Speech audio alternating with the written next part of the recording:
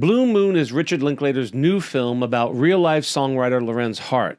Who is Lorenz Hart, you may ask? Let's just say he's in the same category as Pete Best, Eric Stoltz, and Ronald Wayne, to name a few. Hey, I'm Mike. I studied film. I work in TV. And if you love movies as much as I do, hit that subscribe button and get notified when new content's posted. Pete Best is known for quitting the Beatles before they made it big. Eric Stoltz was famously replaced as Marty McFly in Back to the Future. And Ronald Wayne is the lesser-known third founder of Apple Computers, alongside Steve Jobs and Steve Wozniak.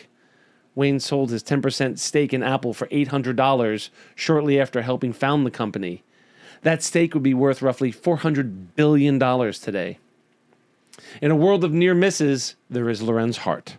Admittedly, I'm not a musical theater fan. In fact, when we first meet Hart in Blue Moon, he explains that he is half of the songwriting duo Rodgers and Hart, which I thought might have been creative license for a film about musical theater. But no, before Rodgers and Hammerstein, there was Rodgers and Hart. Rodgers and Hart are responsible for musicals like Babe in Arms, The Boys from Syracuse, and Pal Joey. Popular for their time, but more memorable are the songs those musicals produced.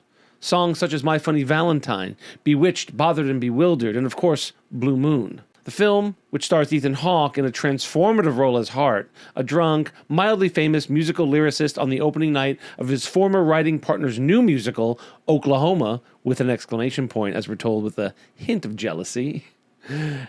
After writing 28 musicals together over a 24-year period, Hart's longtime writing partner, Richard Rodgers, was premiering a new musical without Lorenz Hart.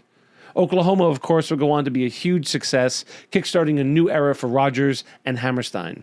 The pair would go on to write some of the most iconic Broadway shows like The King and I, The Sound of Music, and South Pacific, and usher in what would be dubbed the golden era of American musicals. Blue Moon is shot like a one-act play. It's all set in the famous Sardi's restaurant in real time and told from Lorenz Hart's perspective.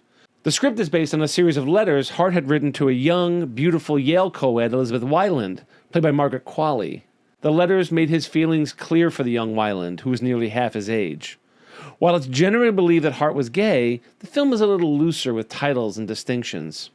I'll let E.B. White, the author of Charlotte's Web, and Stuart Little describe it. What do you think she sees in him? I think she recognizes she's being adored by one of the great appreciators of beauty. The script is perfection with sharp, articulate dialogue, and Ethan Hawke delivers it perfectly. Linklater meticulously recreated the famous Sardi's restaurant mostly because of the blocking. It would allow Hawke as Hart to lurk around the glamorous party being held for Rodgers and Hammerstein in the next room, and then retreat to his safe space at the bar. Did I mention Hart was a notorious drunk? It's just one of the reasons Rodgers was looking for a new writing partner.